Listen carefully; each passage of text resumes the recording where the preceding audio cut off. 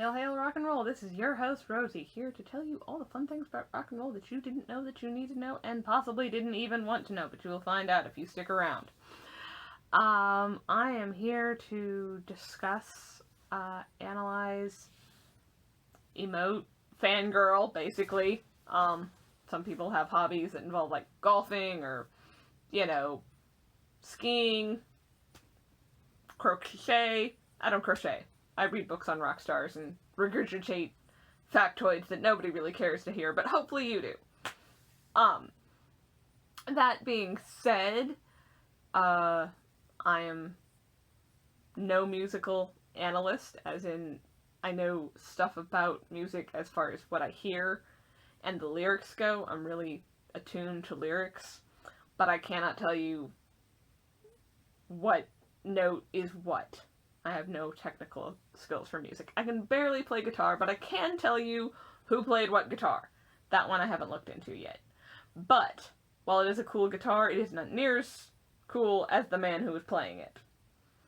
Little Steven is my hero. His underground garage rock show, which you can find online and on SiriusXM, is without a doubt one of the best things going on in the modern world of rock and roll. He's keeping it alive. Little by little, signing acts with his wicked cool records. He's a hero of mine. I would love to have a job where I worked for a radio station and it was, underground garage and he was my boss. But speaking of bosses, today's topic will be his boss and the boss of us all, Bruce Springsteen, and his family of songs.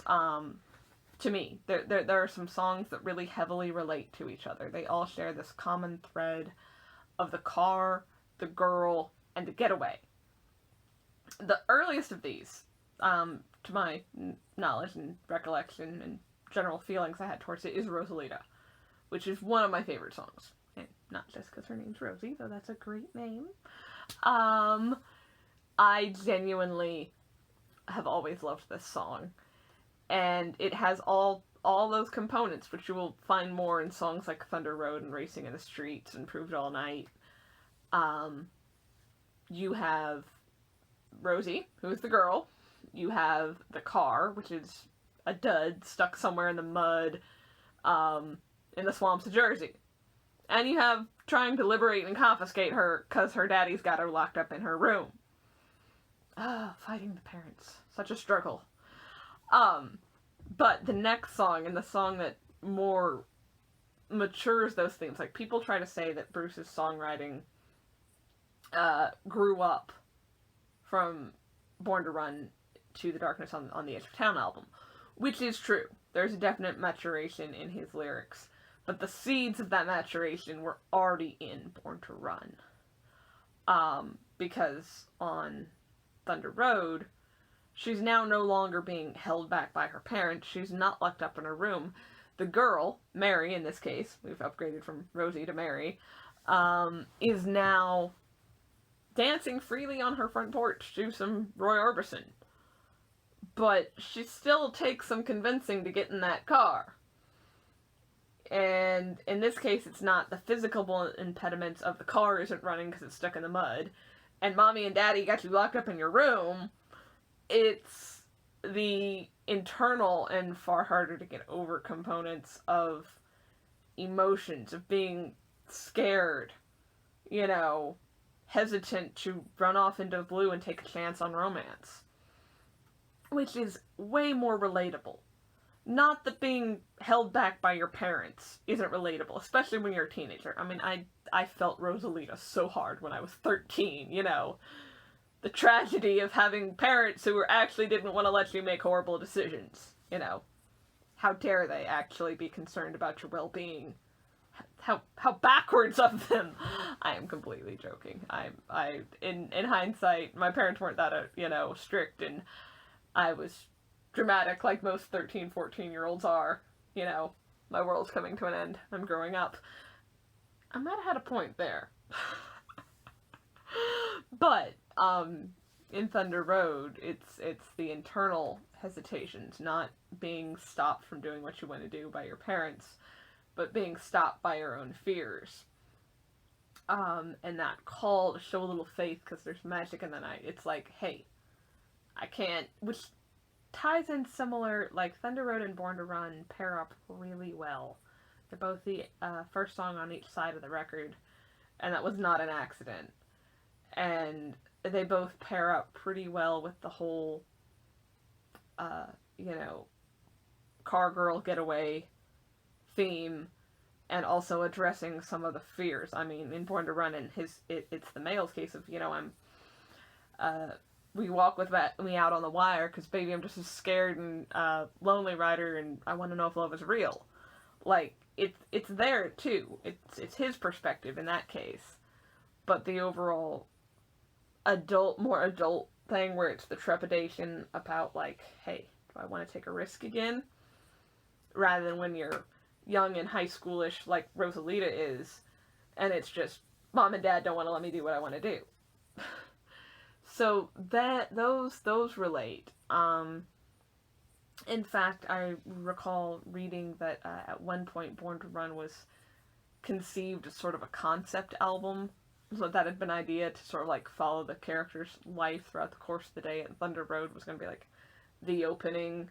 And that's why it has such an invitation mode to it, throwing open the car seat door, inviting her in, and, going on a ride. In this case, that's why it actually made side A's first song, rather than the titular track of Born to Run.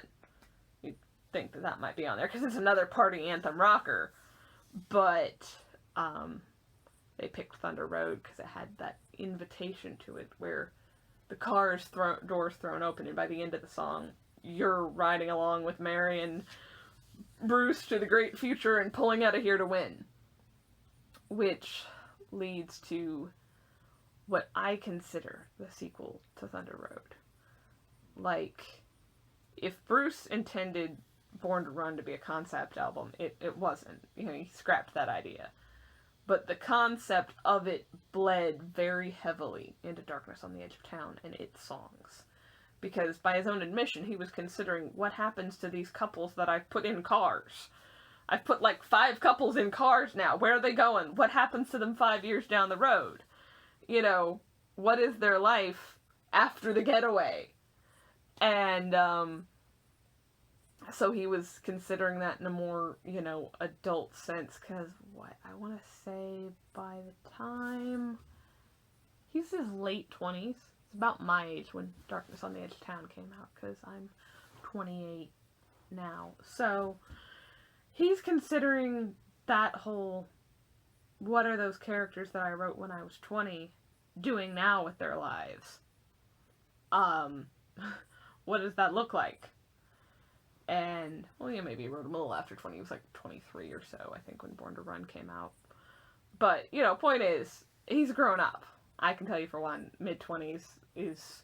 I did more growing up in my mid-20s, I think, than I did in all of my teens. So, now, you fast forward, and you get Racing in the Streets. Which, while I know The Promise was intended to be the sequel for Thunder Road, it's on the album The Promise, which is actually a box set of 3 discs of outtakes from Darkness on the Edge of Town. Or it's 3 vinyl discs. It may only be 2 CDs. I only have it on vinyl. But it's like a continuation, sort of, to me. Racing in the Street is more so than The Promise. The Promise, you don't know what happened to Mary. There's no discussing of the girl. You know that he sold the car, and his dreams, and it's generally a really depressing song. Like, it's more depressing than the song Darkness on the Edge of Town, which is no uplifter. It's another downer too, but at least there's some hope, both to the melody and to some of the lyrics, especially the closing line of, I'll be on that hill, because I can't stop. Like, whatever needs doing, he's gonna do it. Like, he's not sure what life is going to be, or he lost his car. I mean, well, Darkness, he didn't lose his car, but he lost the girl and his money. But what I consider the real sequel to Thunder Road is Racing in the Street, by far. Because, there's so many similar lyrical allusions. Also, if you listen to the 1978 version off the Promise set, The harmonica at the beginning of that song sounds like a sadder, slower, plaintive version of the harmonica that opens Thunder Road. So I don't know if Bruce intended that. I do not live in the man's brain, so I don't know whether he intended Racing in the Street to be a sequel to Thunder Road, but he must have subconsciously, because it's not just the harmonica. There's mentions of the Promised Land. In Thunder Road, they're riding out to case the Promised Land, and in Racing in the Street, it's the burnout strangers and hot rod angels rumbling through this Promised Land. And then of course Darkness on the Edge of Town, where Racing in the Street finds its home on an album, has the song Promised Land, which doesn't fit what we're talking about. It does have a car, but it's not part of this discussion. I could discuss that song all by itself. It's the only substitute I'll accept for our current national anthem. If they decide to change our national anthem, it's Promised Land by Bruce Springsteen or nothing. And that is my final take. When Racing in the Street, there's the Promised Land, makes another appearance. The porch. Mary's dress sways on the front porch in Thunder Road, and she's dancing. And Mary, or whoever the lead female may be in Racing in the Street, is sitting on her front porch with her pretty dreams torn and the eyes of one who hates for just being born. Like, life's done a number on Mary. We don't know what happened to her. She could have gotten, she could just have a depression because, life isn't what it was when she was 19 and ran off with Bruce, Bruce, the main character. If she was 19, whatever. It may not, pulling out of here to win may not have necessarily been the win she was looking for. They may have tried to have kids and can't. They may have kids and, she's dealing with the burdens of parenthood. We don't know what she's gone through in her life. But we can relate to it. Most people can really relate to that line. I know I do. In fact, the first version of Racing in the Street I ever heard was the Roger Taylor version. Roger Taylor, the drummer of Queen, not Roger Taylor from Duran Duran. And not Roger Daltrey from The Who. And not Roger Waters from Pink Floyd. There are too many Rogers, okay? There's just too many. Pick a different name, Britain. Not everybody can be Roger. But anyways, the first version I heard was the Roger Taylor version, and that line, especially in the way it's fit into the melody of that song and the pacing, it hit me hard. I was like, dang, that I feel that, like, I really felt that. Ouch.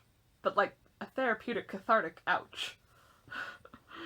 An ouch of like, okay, tearing the Band-Aid off, but I feel better now, ouch. And, so she's down, adulthood's got her down. She's kind of like the guys that are mentioned at the beginning of Racing the Street, with some guys just give up living and others go home and wash up and go racing in the street. She's kind of given up on living from the sound of it, or at least is about to, hence why the getaway has to happen and they have to go off to the sea and wash their hands of, life, reset, get centered again, which a good drive can do that. Drives are so therapeutic. I literally, at least for me, my family was considering moving to an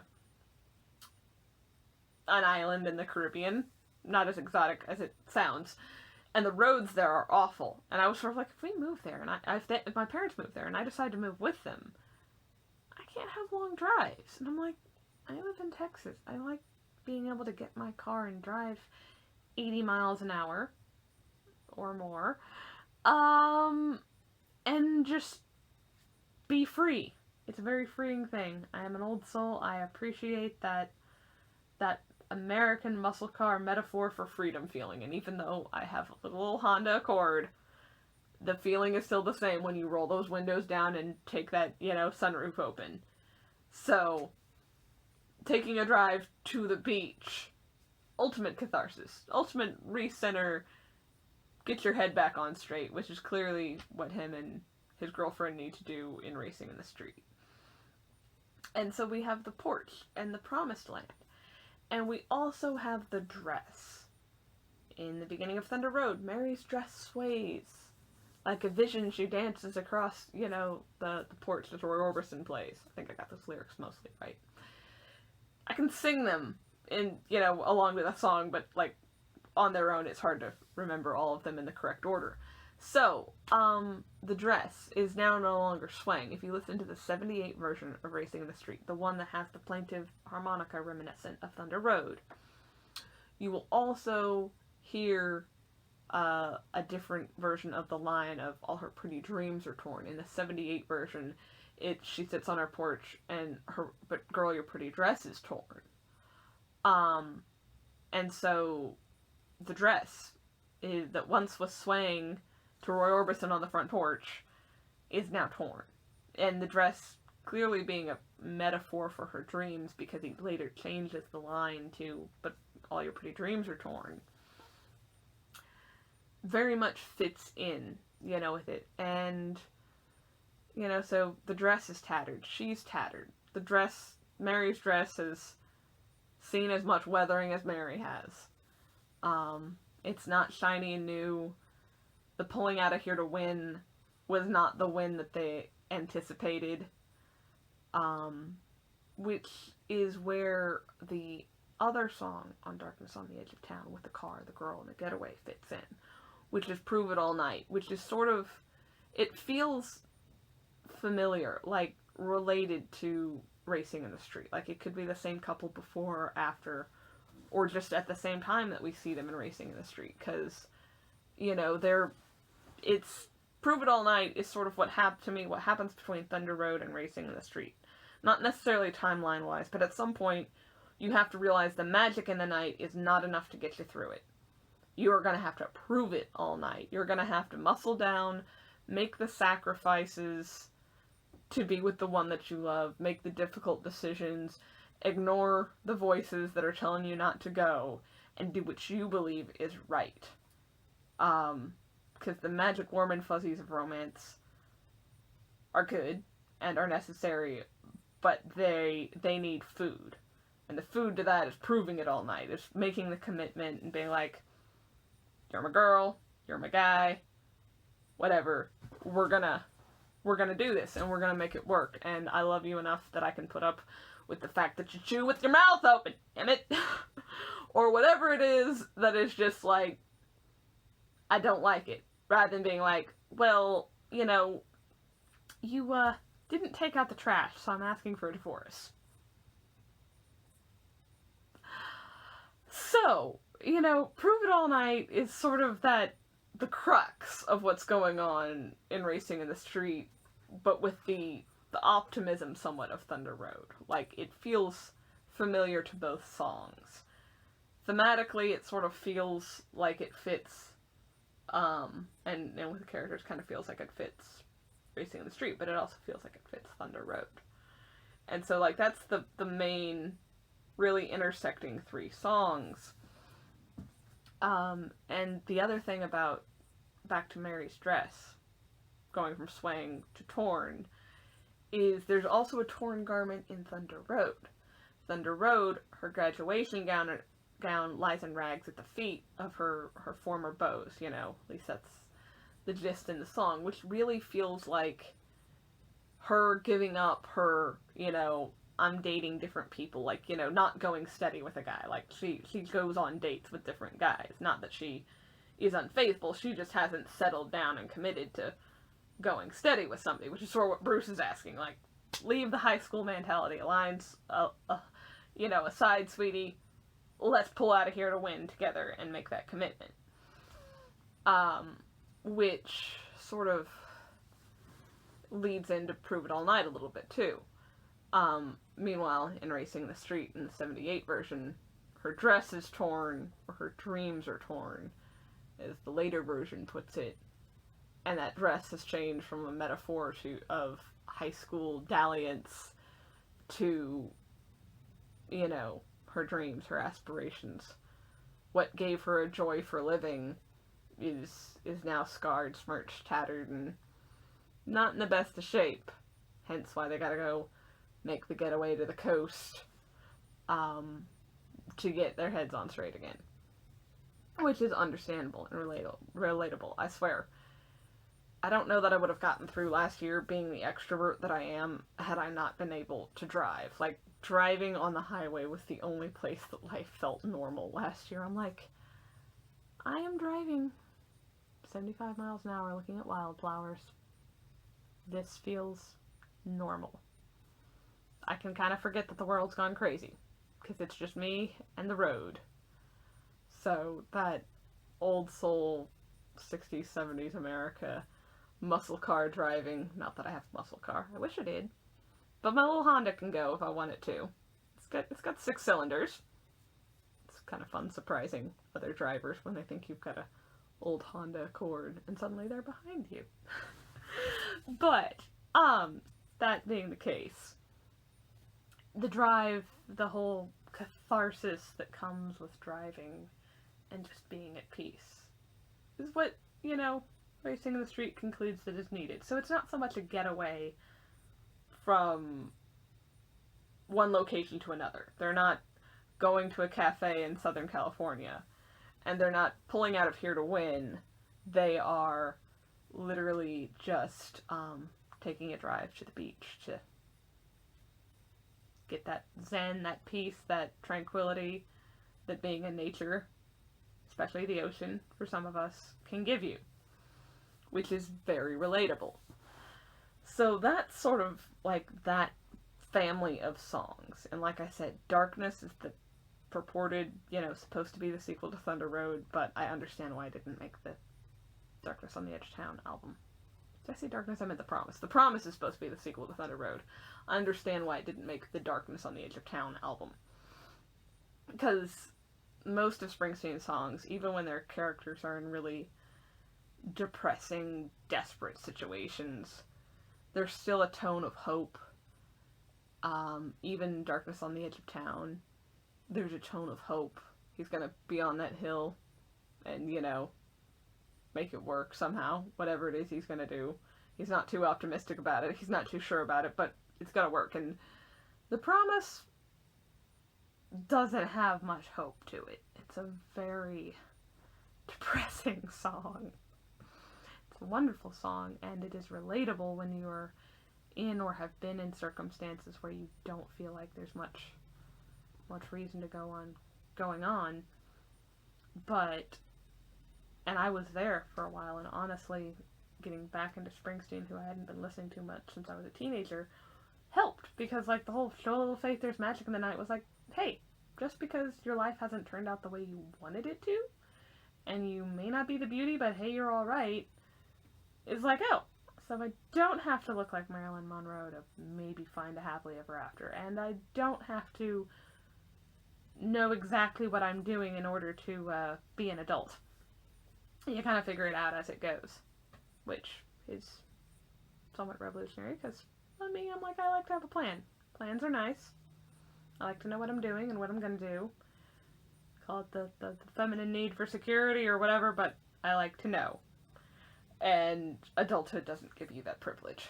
It's not, you're going to go to school, you're going to do this, you're going to get up and do this, this, and this. It's not, you have to be mom and dad and tell you what you're going to do with your life, which is a challenge, but well worth it. I would not be here doing this if I hadn't embraced that challenge. This was my decision to share my passion for rock music with everybody, whether, they're interested or not. I assume that you are if you've made it this far.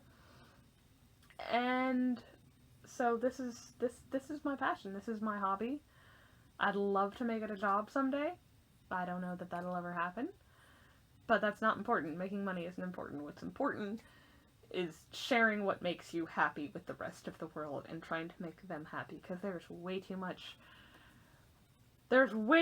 of The Promise in this world and not near enough of Proof It All Night. Everybody is down! And I'm like, it wouldn't kill you to smile. It is, you can show a little faith. There is magic in the night. Not everything is down and depressing, even when you think life is the pits. There's always some ray of sunshine if you look for it. And it, contrary to popular culture these days, it ain't no sin to be glad you're alive. Be happy. Smile. If you have a family that loves you, that is a reason to smile. I know people who have been through really rough times. If you have, a good job, be happy. There are people who don't have one. All these things, even when you're sitting on the porch with the eyes of one who hates for being born, at least you got somebody coming home and checking out on you. Making sure you're okay. Doing things to cheer you up. Whatever it is in your life, no matter how bad your life is, there are things to make it joyful. Music, if nothing else. You can always dance. And so, on that note, I will dance the night away to get on with my responsibilities. That yin and yang of happiness and responsibilities. And I hope y'all enjoyed this. Stick around for more. I will try to do one of these at least once a week. It'll be on everything from particular albums, particular artists, particular songs that I find relate to each other, songs that artists have written about their children, or romantic, songs that were written all on the same theme. I love music, and it's going to be all over the place, and it's going to be a wild ride, but isn't that rock and roll, after all? You didn't come here to be bored. You didn't come here for predictability. If you did that, you wouldn't be a rock and roll fan. It's kind of against the what rock and roll is all about, which is being, as this guy would put it, a rock and roll rebel. So, continue rebelling against being sad and all the negativity in the world, and stand firm in being glad you're alive. And I look forward to providing more fun content for y'all, and I'll just hit that subscribe button, and then you'll see it whenever I do post something new. You don't have to subscribe if you don't want to. I'm not one of those people who's going to be pushy about it. Anyways, to quote Mr. Ringo Starr, who had his birthday the other day, peace and love! Peace and love!